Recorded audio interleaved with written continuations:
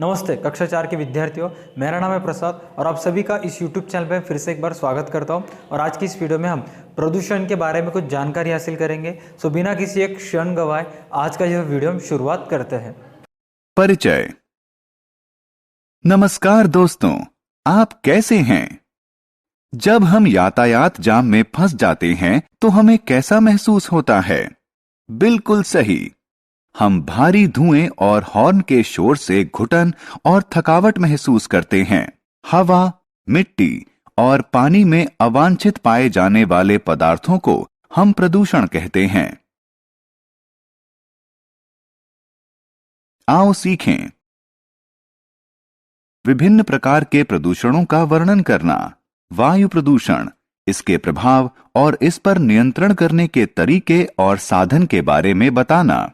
जल प्रदूषण, इसके प्रभाव और इस पर नियंत्रण करने के तरीके और साधनों की व्याख्या करना।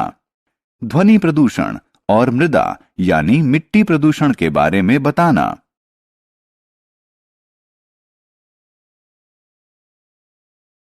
वायु और जल। दोस्तों, हम जानते हैं कि वायु और जल ही धरती पर जीवन का मुख्य आधार हैं।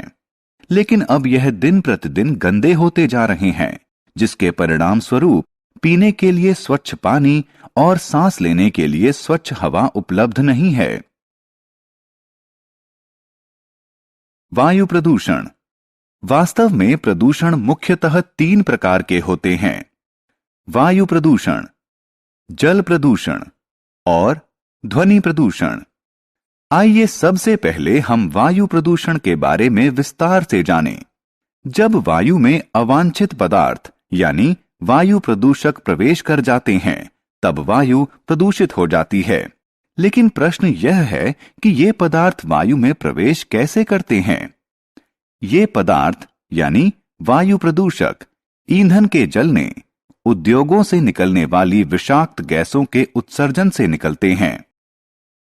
वायु प्रदूषण के प्रभाव। प्रदूषित वायु बादलों के साथ मिलकर वातावरण में चली जाती है और हानिकारक बारिश लाती है। इसे अम्ल वर्षा भी कहते हैं। अम्ल वर्षा हमारी इमारतों और स्मारकों को क्षतिग्रस्त कर देती है।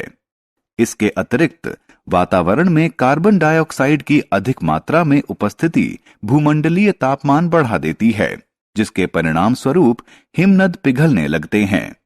यह हमारे फेफड़ों पर बुरा प्रभाव डालती है और हम श्वास संबंधी बीमारियों से पीड़ित होते हैं।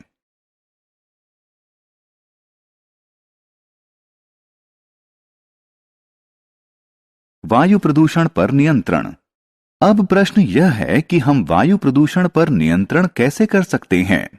वायु प्रदूषण पर नियंत्रण करने के लिए हम बहुत सी चीजें कर सकते हैं। इस पर नियंत्रण किया जा सकता है गाड़ियों और उद्योगों में साफ ईंधन जैसे सीएनजी के प्रयोग से, नए पौधे लगाकर, गाड़ी चलाने के बजाय पैदल चलकर, यातायात के लिए सार्वजनिक साधनों का प्रयोग करके। जल प्रदूषण। आइए अब जल प्रदूषण के बारे में जानें। वायु की तरह ही जल भी प्रदूषित होता है। इस नदी को देखिए, यह बहुत गंदी है। इसमें घरों से निकला गंदा पानी और कारखानों से निकला अपशिष्ट पदार्थ आता है। कुछ लोग इसमें कपड़े धोते हैं और गंदगी भी फेंकते हैं। जल प्रदूषण के प्रभाव। इसके परिणाम क्या हैं? उद्योगों और कारखानों से निकला विषाक्त रसायन जल स्रोतों में प्रवेश कर जाता है, जिससे समुद्रीय जीवन प्रभावित हो रहा है। यदि हम ऐसी मछलियों को खाते हैं तो हम भी बीमार पड़ेंगे। जल प्रदूषण पर नियंत्रण। क्या हम जल प्रदूषण पर नियंत्रण कर सकते हैं? इसका जवाब है हां। जल प्रदूषण पर नियंत्रण करने के लिए हमें कूड़ा करकट और हानिकारक रसायनों को सीधे तालाब, झील या नदी में नहीं फेंकना चाहिए। ध्वनि प्रदूषण।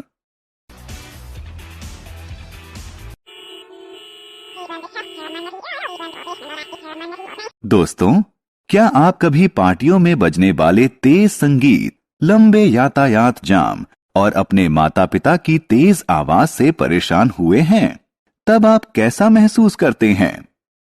मनुष्य की गतिविधियों से उत्पन्न इन अवांछित ध्वनियों को ध्वनि प्रदूषण कहते हैं।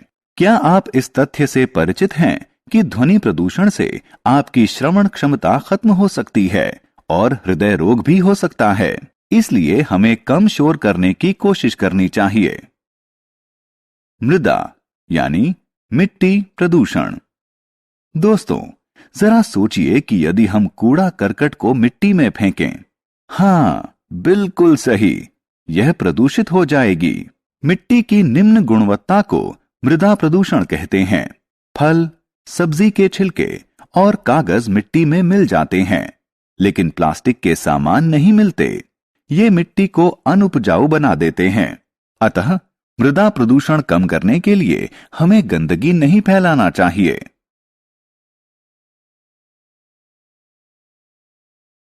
हमने क्या चर्चा की? प्रदूषण मुख्यतः 3 प्रकार का होता है: वायु प्रदूषण, जल प्रदूषण और ध्वनि प्रदूषण। वायु और जल इनमें उपस्थित अवांछित पदार्थों यानी प्रदूषक से प्रदूषित हो जाते हैं।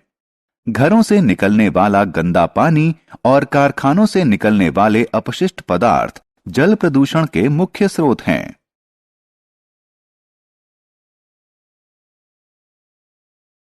प्रदूषित वायु और जल मनुष्यों और जंतुओं के स्वास्थ्य पर नकारात्मक प्रभाव डालते हैं।